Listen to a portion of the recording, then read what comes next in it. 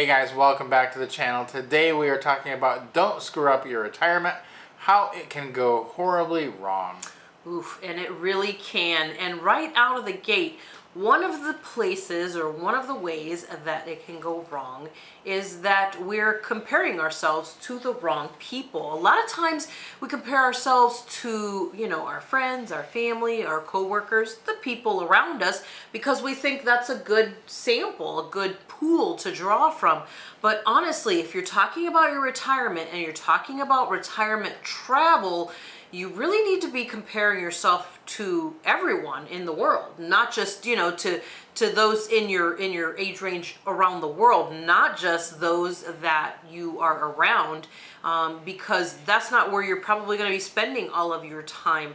So it's better to use a different pool to sample from than to sample from those around you. Exactly. You're comparing yourself to the past, and you need to compare yourself to the future, to the people that you'll be living like in the future, not to the people that you're living like now. So they may have different expectations, they may want different things out of their life, and it's going to cause them to strive to and work for different things now. So if you're doing the same things they're doing, you're going to miss your mark because you need to look at what you are doing.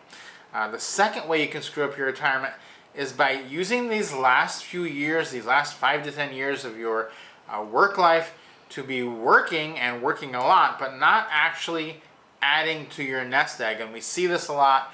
It was happening to us back in Atlanta. If you're making $8,000 a month, but you're spending $8,000 a month, you're not actually adding very much to your retirement. That is a problem. And when we made the decision to just kind of sell everything and travel the world, we were actually spending way less, and even though we were making less, the net was that we were adding money to our nest egg while we traveled, as opposed to using it all up in the United States. Yeah, it's kind of crazy because what happens is you tend to say to yourself, oh, well, I'm going to treat myself and I'm going to buy, this purse or these shoes, or I'm going to, switch my car out and drive something that I really want to drive because I'm working so hard and I really deserve this. And really, you should be treating yourself to adding to your nest egg as opposed to treating yourself to just more stuff that you're gonna end up having to get rid of later anyways. You're not gonna take all that stuff with you on the road, so why keep bringing it into your house? Treat yourself by adding to your nest egg. Next one we see, and we do see this one a lot, is to underestimate your needs and desires later on. We see this specifically in the FIRE community quite a bit, which is financial independence, retire early. And they basically, a lot of people that have that mindset have a mindset of, I'm going to get as much money as I need. I have a number. Once I hit that number, I can retire, and then I'll be financially independent for the rest of my life. And the problem with that is that the lifestyle that they set out for themselves is dictated on having a certain amount of money per month. Well, they find out once they actually go do the lifestyle, which they haven't done yet, that they want a little bit more than they had determined. And so it ends up being this situation where they start chasing that number, and they have to kind of ramp up some more resources, ramp up some more finances on the go. And so they've completely underestimated how much they thought they would need to do this. Boy, that is such a huge one, because you really don't know what you're going to like, not like. And honestly, the FIRE community, you're working so hard towards that number that you've set that you kind of, have put some things off. And then once you can do some things and you're like, oh, I really should have planned to do this one big thing or these 3 big things, or to go enjoy these different experiences. And then you end up not being able to do them, or trying to, find a way to hack your way into them, or to, you end up doing some things that you don't really want to do. And you really need to think about the fact that your preferences now could be very different from your preferences later. I mean, for us, that has been the case, where we started out with one way of doing things, and we're doing things very different from what we started out with, because we learned some things, about ourselves along the way, and some preferences that were different than they were when we were working and had a home and kids at home and all that kind of stuff. Yeah, you see this a lot when people, they start out and they have that number, they have how much they're going to spend, and they start out with that, and then they decide they want to do a little more expensive things, and they end up going through their money a little quicker than they thought, and then they end up doing things like pet sitting, which there's nothing wrong with pet sitting. You can get free housing for doing that, but it was never in their initial plan to do pet sitting. That was just kind of something they threw in at the end, and they end up kind of regretting it and basically just not being happy with this, because then they're tied to this pet and the schedule of the pet sitting and where they can actually get a pet sit to keep finances in check. And the better way to do that is to not say, all right, we're going to be financially independent for the rest of our life, to say that we are in a place that's a good place. That's what we said, but we can always be looking to add to that, because we don't know what's going to come up. And that's why we started doing these YouTube channels, because it gives you an avenue, an outlet to make money and to do things if something comes up where you're going to want more money, instead of having to do something drastic like not go where you want and try to go do a pet sit. Again, nothing against that. There's people that want to do that, but if you get into that situation and it was never part of your plan, it can be bad. So our advice to you, start some things along the way as you're going that can be outlets that, in case you want to make more money, you've got them. And that's why I encourage most people who are going to be doing early retirement to start a YouTube channel.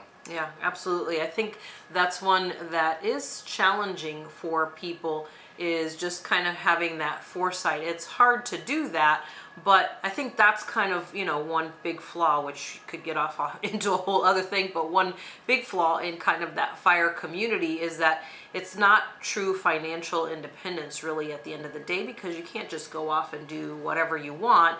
You do have to kind of stick to a specific kind of regiment or set budget type thing in order to have those funds last the amount of time that you have planned for them to last you. Now, the other way you can screw it up is the opposite direction, and that is to work too long. So you can take this to the extreme, and you can say, well, I don't want to underestimate, so you overestimate, and you work way too long. You work well into your 70s, maybe your 80s, and you just throw away all the years doing something that you didn't want to do. Now, if you love your job, you actually love your job, that's one thing. But if you're working just for the money and you're working far too long, that's something you probably could have gotten out of a little bit earlier. Yeah, I think that one is a challenge, because people think to themselves, especially in the economy these days, is people are thinking, oh, I've got to squirrel more money away. I've got to keep stacking it up. And, you hear experts saying, oh, you need, X number of millions of dollars and all that kind of stuff. But the thing too is that you've got the beauty of being able to continue to make money while you're on the road and after you've retired. And that's something that a lot of people, don't really take into consideration along the way. Another thing that can go wrong is missing out on everything you ever wanted to do. This is a real concern for people. You do not know what your health will be. You do not know what the status of the world will be. You do not know what the status of the things you wanted to do will be, even a year from now, 5 years from now, 10 years from now. And so if you don't go do them now, you may not get to do them. And we see so many people that just say in our comment section, I waited too long. I waited too long and now I can't do what I wanted to do. So I'm happy to watch you do it because you're doing what I wanted to do. And I'm glad that they get to see that what they wanted to see. But if you wait too long, take their advice. Don't wait too long. Most people that have a regret on this regret that they waited too long versus regret that they went too early. Most people that go early don't regret it, because you can recover from going too early. You can't undo waiting too long. Exactly. I mean, you just don't. I mean, we kind of had a mini glimpse, a mini lesson in 2020 as to, how that can happen. It doesn't even have to be you personally, like if you become very ill and can't travel, or, you're taking care of someone who's very ill and then you can't travel and just leave them. You also have things in the world that can take place that can hold you back as well. Thankfully, things went back to as normal as they can be after 2020, but you just never know. We never know how long we have, and the longer you wait, the more you're risking the possibility of not being able to do them at all.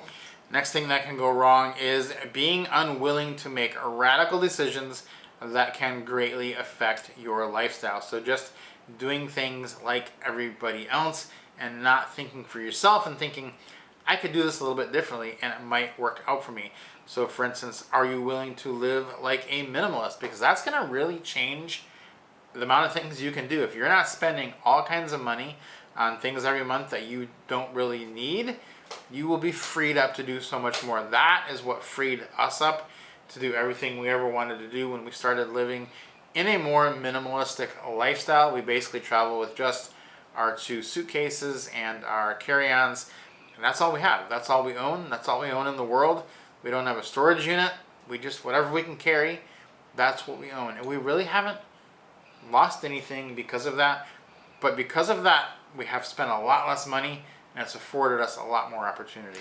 Yeah, I think that this one is really tough, I think, sometimes for people, like, oh, I don't know. But honestly, if you just write down the things that you actually love, let's just talk about, like, say clothing. If you write down what you wear each day for the next month, it's going to be a very small percentage of your whole wardrobe. So that right there already shows you, how little you can get away with. And then on top of that, if you can actually even pare that down. We know people who live with just capsule wardrobes, like in regular everyday life. They have 3 pairs of shoes, and they wear the clothes and wear the shoes until they're done, and then they cycle through and get a new set, to replace whatever is worn out. And that's really how we do that. We went down from, the last big thing we had left was the storage unit. We had pared down because we weren't sure how long we were going to be on the road until we realized we love this so much, we're not settling down right now. We went back and we said, let's get rid of the storage unit. And boy, it was hard even just to get rid of the storage unit after we had gotten rid of, 3,500 square feet of a whole house of stuff. And then here was this little, 5 by 10 storage unit, and we were like, oh, I don't know, we still have stuff in there. But it did not, nothing felt as amazing as the day we walked away from empty storage unit, nothing left, just the stuff we had with us. That was it. It was an incredible feeling. Next one is going to be not having a plan for personal fulfillment or for having a voice in the world. And these are 2 really big things with retirement. We see retirees all the time. They just have no outlet for themselves. They go their whole life. They're working. They have a family. They're a mom. They're a dad. They're a boss, and then all that's kind of gone because no one's looking to them for anything. There's no one to give advice to. There's nowhere to put your input in. And if you don't have an outlet for that, it can come out in some really bad and ugly ways. And so that is one of the main reasons why we think almost all retirees should have a YouTube channel, because it is an outlet for your voice. It is fulfilling. It is a community. It is everything you had at work and in your neighborhood and in your family, all rolled into one, and it can be an amazing thing for people. So if you're the kind of person that needs to talk or needs to have input on things, it is an incredible outlet for that. Yeah, absolutely. I think it's something that people don't think about. And even probably people watching this right now thinking, oh, I don't need that. You'd be surprised at what happens once it's gone and once you hit the road. And even just saying, I don't need that alone, you should be thinking to yourself, yeah, maybe I probably do. Because it's just kind of a human thing, to kind of want that relevance, or like you said, that voice. community, all those types of things. I mean, we really weren't created to be loners and to just, live in the woods by ourselves. We were meant to have those things and to connect with others, because we all have something we can offer to other people. And, this is an outlet. This is a way of doing that. Yeah, so YouTube to us has been more than just financial. It's been amazing for us financially, but it has been amazing for us because it has brought us an entire community of people. We do live streams usually once a week, and it's all people in that live stream that we know now, and they're like friends. And so, we can do that, and we appreciate everyone that comments on our videos. So if that's something you want, we highly recommend you do that. If you have no idea how to get it going, we do have a YouTube course. Link is in the description if you want to check that out, for people over 40 to get started on YouTube. And then the next one is going to be not knowing all your options. You can really mess up your retirement by just saying, I'm going to do this one thing. I'm going to do what I always did. I'm going to live in the same house I always lived in. That's a great option if you want to do that. But it's worth at least considering other places where in your home country, other places in other countries. There may be some things out there that you haven't considered. Yeah, I think a lot of the hesitation comes from I don't want to be uncomfortable. I don't want it to be weird. I don't want to have to, start over kind of thing. But boy, when you head out there, you will see that there is so much to enjoy out there in the world. And adding that overseas experience can really make a huge difference. So don't discount that. Don't make the mistake of not counting in the overseas possibilities, because there are tons of places. It's not just Asia. It's not just, Latin America, Europe. There's all kinds of options in all of those continents. So definitely give that a shot, or even a consideration, because it is something that can make a huge difference for you in retirement. Yeah, this has been, kind of our list of things, ways you can screw up your retirement. Hopefully some of these resonated with you. If so, let us know in the comments. We would love to hear what you have to think on the subject, or if there's other things you think that could go wrong, let us know that as well. If you like the video, please give us a like, and we will see you on the next video.